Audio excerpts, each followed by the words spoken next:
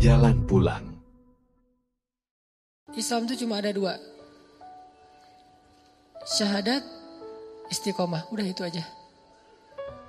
Kalau kita mau nanya Islam itu apa? Secara umum, garis besar dari Islam itu cuma dua. Pertama syahadat. Syahadat itu kalau kita terjemahkan dalam konteks kita yang udah muslim, berarti taubat atau hijrah, itu semuanya masuk dalam bab yang sama. Kalau non muslim berarti syahadat masuk Islam. Kalau yang udah muslim berarti taubat atau berhijrah dalam makna yang lebih luas. Berarti Islam itu cuma hijrah sama istiqomah. Kalau kita benar-benar bisa ngejalanin dua tema ini udah cukup buat kita. Kalau dalam bahasa surat Ali Imran tuh, ya ayyuhalladzina amanu ittaqullaha haqqa tuqatih wa la tamutunna illa wa antum muslimun. Cuma dua itu. Ittaqullaha haqqa tuqatih wa la tamutunna illa wa antum muslimun. Belajar taat kepada Allah dan jangan berubah lagi sampai mati. Belajar untuk mencari ridha Allah dan jangan lagi berpaling sampai akhir hayat, last breath gitu, sampai nafas terakhir kita. Belajar untuk memprioritaskan Allah dan jangan lagi mengganda dengan yang lain sampai akhir hayat kita. Kalau kita bisa kayak gini, maka kita menjadi orang-orang yang muflihun, orang yang beruntung. Cuman dua itu doang tuh Islam. Kalau kita sederhanakan. Tapi kalau kita breakdown, ketaatan itu kan macam-macam ya.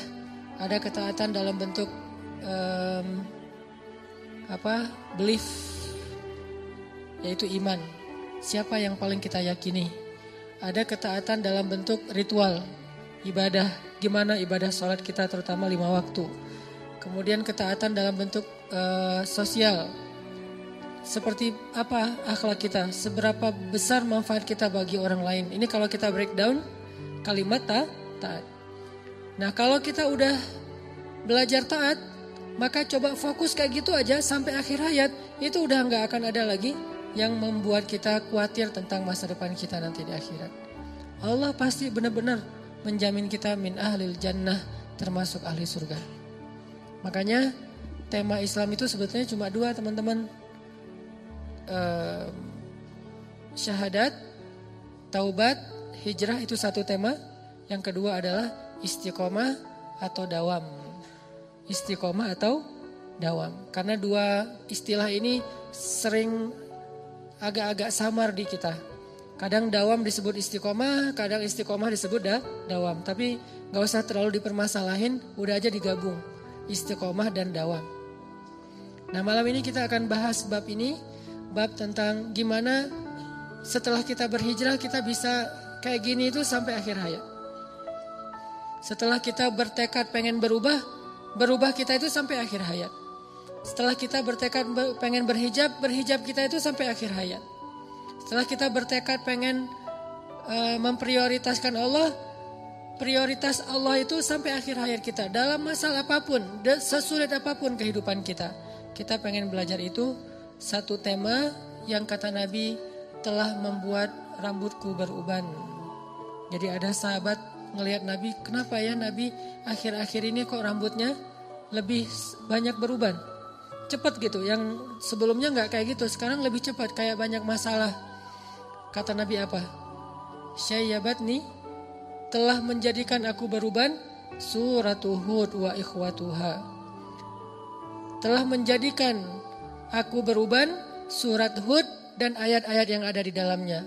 Salah satu ayat di dalam surat Hud yang membuat Nabi cepat beruban itu adalah ayat istiqomah. Coba kita buka surat Hud. Surat ke-11 ayat 112. Ini salah satu ayat yang bikin Nabi cepat beruban. Surat ke-11 ayat 112.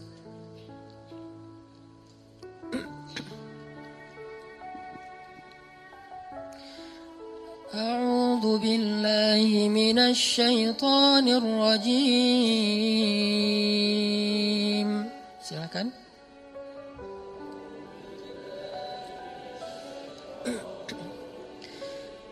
Bismillahirrahmanirrahim.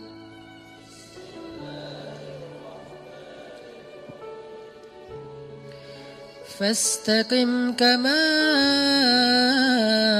umirta wa man taba ma'aka wa la tatghaw.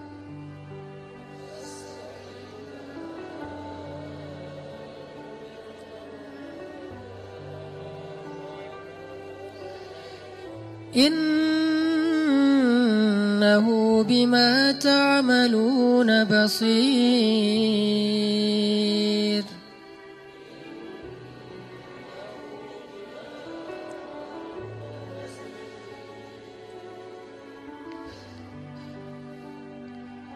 Dan ayat berapa tadi teh? 111 ya, 112.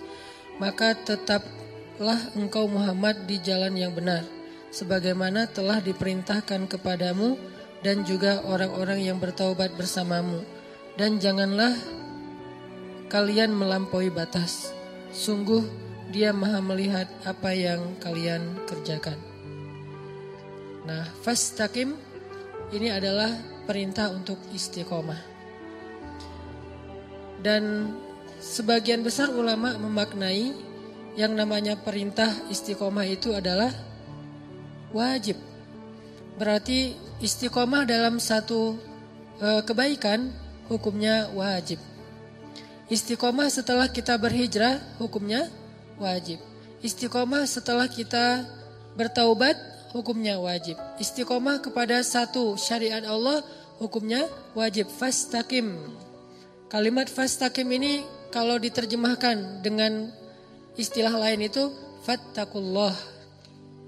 Ya ayyuhalladzina amanu ittaqullaha haqqa tuqatih. Bertakwalah kalian kepada Allah dengan sebenar-benar takwa. Atau dalam ayat yang lain disebutkan dengan istilah wasbir. Dan bersabarlah. Semua kalimat ini memaknai istiqomah. Bertakwa, bersabar, lurus, jangan berpaling. Semua ini artinya istiqomah.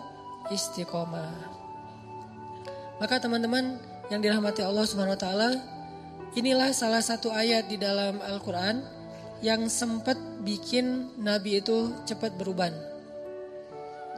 Gimana cara Nabi bisa cepat berubah? Karena Nabi memaknai ayat ini. Fastaqim. Istiqomahlah kamu, jangan belak-belok. Jangan kalau bisa bergeser aja jangan. Udah aja lurus kayak gitu. Seperti yang Allah inginkan. Memangnya Nabi itu belak-belok? Enggak kan? Nabi itu kan orang yang lurus banget ya. Gak pernah beliau tergoda baik oleh tahta, harta, dan wanita tuh gak sama sekali. Karena tiga-tiganya kan pernah ditawarin untuk Nabi kan. Pas beliau lagi awal-awal berdakwah di Mekah tuh datang Utbah bin Rabi'ah, datang Walid al-Mughirah, datang kepada Nabi bilang, "Ya Muhammad, kamu cari apa sih?" kata mereka. "Udahlah, kita win-win solution aja deh. Kami dapat apa yang kami inginkan, kamu juga dapat apa yang kamu inginkan. Apa yang kamu inginkan? Kalau kamu menginginkan harta, kami kumpulkan harta-harta kami semuanya, lalu kami serahkan kepada kamu. Kamu menjadi orang yang paling kaya di kota Mekah. Kamu jadi orang yang paling kaya di kota Mekah." Ini kalau dalam konteks kita tuh, kita lagi hijrah, kita lagi pengen benar, tiba-tiba dapat kayak tawaran-tawaran kerjaan yang kita tahu hasilnya itu syubhat atau haram. Tapi gede. Syubhat atau haram tapi gede. Arti syubhat kita ragu-ragu. Ini boleh gak sih? Kata Ustadz ini gak boleh. Tapi banyak yang bilang, kata Ustadz ini boleh. Tapi banyak yang bilang gak boleh. Kan syubhat nih. Sampai tingkatan syubhat tertinggi itu apa teman-teman? 99 orang bilang boleh. Cuma satu bilang gak boleh, syubhat. Walaupun ini gak harus semuanya kayak gini ya. Level orang kan berbeda-beda. Ada yang takwanya sampai ke tingkat waro. Waro itu yang meninggalkan 99 halal hanya gara-gara khawatir dengan satu yang haram. Itu tingkat waronya itu udah tingkat tinggi lah. Kayak Umar tuh. Tuh Umar waronya luar biasa. Gimana waronya Umar? Pernah beliau lagi minum susu. susu onta gitu. Terus rasa susunya beda sama susu yang biasa diminum. Mungkin beda merek gitu, beda brand gitu kan ya. Pas diminum nih nggak kayak gua minum biasanya nih, susunya beda nih rasanya nih. Lo dapat dari mana? Beli di Indomaret mana nih katanya. Kata asistennya, enggak wahai khalifah, ini memang bukan susu unta milikmu. Tapi ini unta dari Baitul Mal, unta zakat. Milik kaum muslimin. Langsung ditaruh tuh gelas, mau muntahin gak enak. Udahlah ditaruh aja tuh gelas di situ. Ma'azallah kata Umar, astagfirullah innalillah. Kenapa kamu memberikan sesuatu yang neraka buat saya? Kata pembantunya, ini halal. Bukan dari hasil curian, dari Baitul Mal. Tapi kan bukan milik saya, milik kaum muslimin. Dan saya belum minta izin kepada mereka. Akhirnya Umar pun tidak lagi mau minum susu itu dan kemudian meminta maaf kepada seluruh kaum muslimin. Dia posting, dia bilang, wahai masyarakat Islam, posting nih, presiden posting, bayangin. Apa isi captionnya? Minta maaf saya udah minum setengah gelas susu milik kalian. Ini istiqomahnya seorang pemimpin yang luar biasa. Gak mau macam-macam. Kalau yang bukan milik dia gak mau dia sama sekali. Satu tetes aja gak mau. Kenapa? Satu tetes itu sama dengan satu tetes api neraka. Satu tetes api neraka kan cukup melelehkan ubun-ubun ya. Gak usah api neraka, satu tetes lahar aja coba bayangin. Kan ngeri banget tuh. Satu tetes lahar itu bisa ngebakar satu pohon besar. Sepohon beringin itu terbakar oleh satu tetes lahar. Taruh aja di bawah, di akarnya, kebakar sampai ke atas. Gimana satu tetes neraka? Melelehkan ubun-ubun sampai ke ujung kaki. Gak mau udah satu tetes pun. Terus kasus yang lain. Kasus yang lain tuh Umar lagi jalan ke pasar. Terus tiba-tiba ngelihat ada banyak onta. Ada satu onta di antara sekian banyak onta yang lebih gemuk sendiri dibandingkan yang lain. Dia gemuk sendiri nih onta nih. Akhirnya Umar nanya, itu onta punya siapa kok bisa gemuk sendiri? Kata orang-orang, milik anakmu ya Amirul Mukminin. Anakku yang mana? Abdullah bin Umar. Panggil Abdullah sini. Panggil. Ada apa ayah? Abdullah, kenapa onta kamu gemuk sendiri dibandingkan onta yang lain? Ya, saya nggak tahu. Ya, saya ngasih makan dari cara yang halal, saya kasih minum dari cara yang halal. Kata Umar, enggak. Pasti orang-orang mendahulukan ontamu daripada onta yang lain karena dianggap engkau anaknya Amirul Mukminin. Mereka akan memberikan rumput yang terbaik untuk ontamu sebelum onta-onta yang lain karena engkau anak Amirul Mukminin. Berikan air kepada onta anak Amirul Mukminin. Berikan rumput kepada onta anak Amirul Mukminin. Sehingga ontamu lebih gemuk sendiri dibandingkan onta yang lain. Tapi saya gak pernah minta mereka melakukan itu. Tapi walaupun engkau gak minta, mereka tetap melakukan itu, kata Umar. Terus gimana nih? Keputusan saya, kata Umar, jual ontamu itu ke pasar. Dengan harga pasaran, sama. Lalu keuntungannya, lalu hakmu adalah mengambil seharga ketika engkau membeli onta itu masih kecil. Bibit unta. Itulah hakmu. Sisa keuntungannya serahkan kepada Baitul Mal. Apa kata anak Amirul Mukminin? Sam'an wa ta'atan ya Amirul Mukminin. Sami'na wa ata'na wahai ayah. Gak ada protes-protes. Ini artinya bukan dia doang nih yang istiqomah. Dia mengistiqomahkan keluarganya. Bahkan pernah dia nyuruh anaknya itu ngembaliin hadiah gara-gara dapat hadiah dari temannya di Syam. Syam itu Suriah kalau sekarang. Salah satunya Damaskus. Anaknya Umar tuh dapat hadiah dari Damaskus dari temannya kayak gitu. Gak tahu lagi ulang tahun atau lagi apa, pokoknya dikasih hadiah aja. Pas sampai di Madinah dilihat sama Umar, ini dari mana nih hadiahnya nih? Kata anaknya, dari teman saya di Damaskus. Wah, balikin, kata Umar. Kenapa dibalikin? Sesungguhnya dia tidak memberikan hadiah ini kecuali karena dia melihat engkau sebagai anak Amirul Mukminin. Kalau engkau bukan anak presiden, emang dia akan ngasih hadiah? Ya saya nggak tahu. Maka dari itu kembalikan, yang bukan hak kita dibalikin. Saking luar biasanya istiqomah. Dan Nabi pernah diuji dengan yang kayak gini nih. Diteladani oleh Abu Bakar, diteladani oleh Umar. Teladan Abu Bakar apa? Ketika Abu Bakar hidup bersama seorang perempuan yang menikahi 3 laki-laki ahli surga 3-3-nya. Siapa namanya? Asma bintu Umais. Cewek yang punya 3 suami, 3-3-nya ahli surga. Bukan poliandri ya. Dia nikah, terus suaminya meninggal, nikah lagi, suaminya meninggal, nikah lagi, suaminya meninggal. 3 kali nikah. Dan 3 kalinya, 3-3-nya itu ahli surga. Suami pertama Ja'far, Nabi menyebutnya tayyar, seorang laki-laki yang punya sayap di surga, itu Ja'far. Nanti kalau teman-teman masuk surga ngelihat ada yang terbang-terbang, itu Ja'far namanya. Jangan foto, ini siapa sih? Jangan, udah ketahuan Ja'far. Nggak tahu, nggak pernah ikut talim ya. Ja'far namanya kalau yang punya sayap di surga. Kedua suaminya Abu Bakar, udah dijamin surga dalam banyak hadis.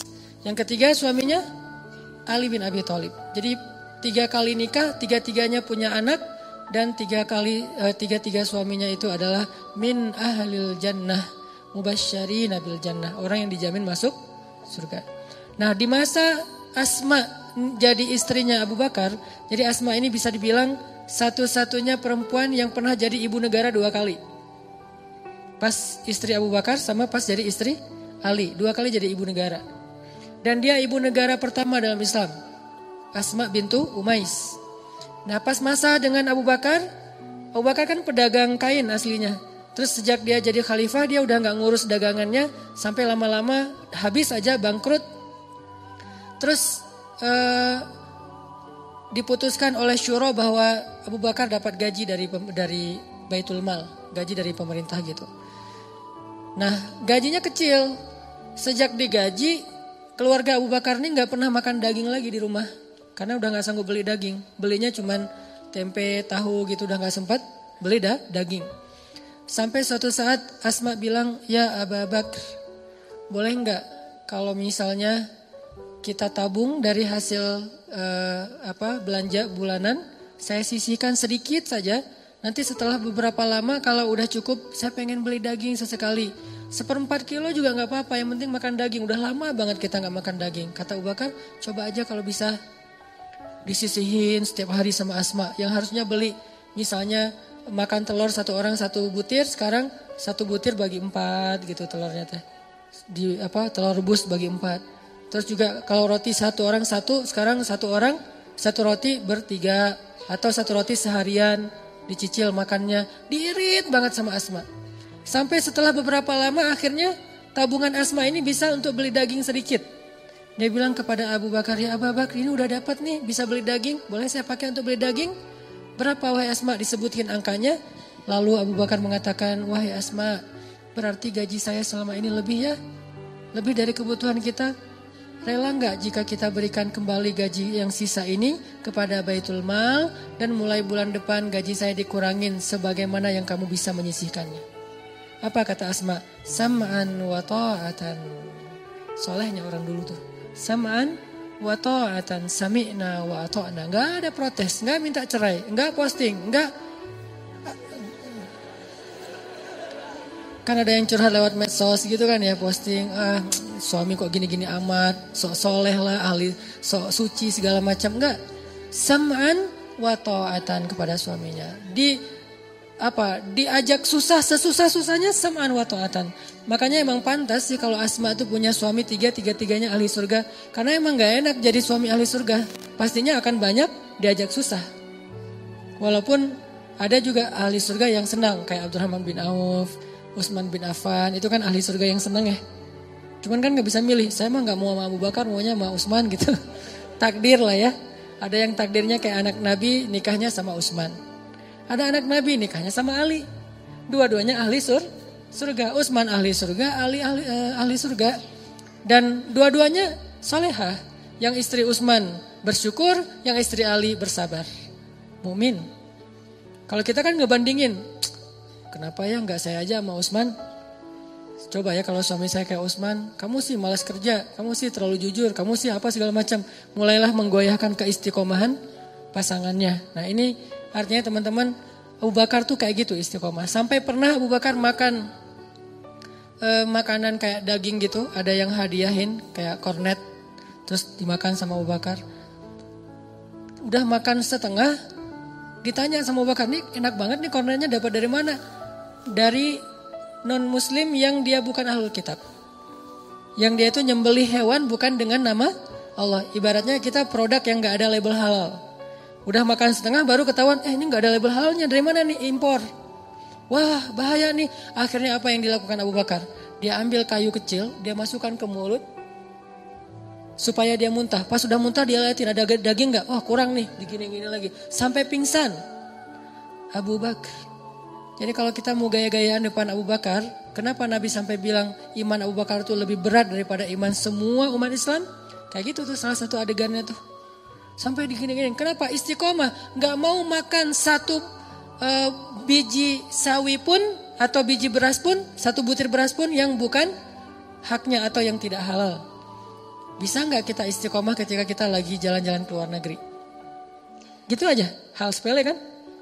Ke Singapura, alhamdulillah sekarang tuh halal food tuh udah jadi tren baru sekarang. Kayak di Jepang tuh sekarang menjelang Olimpiade, Jepang mempersiapkan banyak halal food spot gitu, halal food corner. Jadi di mall-mall tuh selalu ada kayak ini bagian ini halal food dan makanannya tetap makanan Jepang yang itu kayak gitu-gituan, udon apa gitu tapi halal. Tapi dulu beberapa tahun yang lalu kata teman-teman di sana, cari halal food itu susah banget. Kalau nggak benar-benar masak sendiri nggak akan bisa dapat makanan di luar yang halal. Ke Hong Kong, ke New Zealand misalnya kemana. Itu kalau kita nggak kuat untuk benar-benar berazam, saya nggak akan makan kecuali yang halal. Walaupun akhirnya agak-agak emang nggak nyaman sih. Harus masak sendiri atau dimasakin teman. Atau mungkin carinya di pasar itu nyari dulu kemana yang ada kebab Turki baru dimakan. Atau yang makanan India. Itu juga nyarinya susah, kadang-kadang bosan pengen makanan-makanan yang fast food misalnya yang ala-ala di luar kan mungkin rasanya beda sama di Indonesia nih sama-sama fast food. Pengen ngerasain nih fast food yang di luar kayak gimana, gak boleh. Ini namanya istiqomah. Kalau bisa kayak gini aja nih udah dijamin masuk surga. Baru bab makanan yang bukan dalam keadaan lapar banget loh ya. Makanan yang sebetulnya masih banyak pilihan. Itu aja kadang-kadang kita udah ujian kan, udah PR nih. Udahlah gak usah terlalu fanatik apa jadi orang. Kadang-kadang setan ngebisikin gak apa-apa nanti tinggal taubat. Kan suka gitu ya. Udah aja sekarang mah nanti tinggal taubat. Sesekali lah gitu. Nah ini kadang-kadang bikin kita agak-agak lemah. Disitulah PR kita nih. Mujahadah kita, usaha kita tuh, effort kita di situ. Setelah kita berhijrah, setelah kita taubat, udah coba effortnya cuman fokus dengan istiqomah saya mah gak mau ngelanggar. Saya bilang, pengen main boleh, tapi jangan bikin dosa. Pengen have fun boleh, tapi jangan nambah dosa. Pengen nongkrong boleh, tapi jangan lalai buat kita jadi jauh dari Allah. Sebetulnya bisa banget, cuman kita kadang-kadang terlalu pragmatis dan gak sabar untuk ngejalanin dulu cara-cara Allah. Salah satu misi saya dalam postingan-postingan di sosmed itu adalah walaupun belum sempurna ya, saya pengen nunjukin lifestyle yang realistis aja lah, gak usah terlalu soleh-soleh amat yang mungkin hanya sebagian kecil orang yang bisa ngelakuin. Saya gak akan posting lagi sholat tahajud, kecuali emang sengaja syiar pengen ada event tahajud bareng. Saya gak posting lagi tilawah yang panjang banget, tilawahnya 1 hari 10 juz, walaupun gak pernah misalnya. Saya posting yang realistis aja lah, hidup kita tuh kerja, terus keluarga, main, apalagi hidup anak muda kan banyak mainnya entertain ya. Saya pengen ngasih tahu bahwa main tuh boleh banget, banyak main pun gak masalah, tapi jangan bikin dosa, itu doang. Kita bisa jalan-jalan, kita bisa have fun, kita bisa seru-seruan, kita bisa asik, bisa apa aja yang kita hobi kita lakuin dengan syarat jangan bikin dosa. Dan itu bisa banget, gak akan mengurangi funnya. Apalagi udah punya pasangan, lebih bisa lagi itu. Kalau belum agak berat sih ujiannya emang. Untuk dapat fun itu agak-agak sedikit garing lah ya. Mungkin salah satu cara istiqomah emang benar kata Nabi, menikah biar lebih istiqomah. Walaupun bukan berarti udah nikah itu pasti istiqomah 100% enggak. Enggak ada yang 100% kecuali Rasulullah SAW. Ya saddidu wa qaribu kata Nabi. Kalau nggak bisa lurus banget minimal qaribu, mendekati.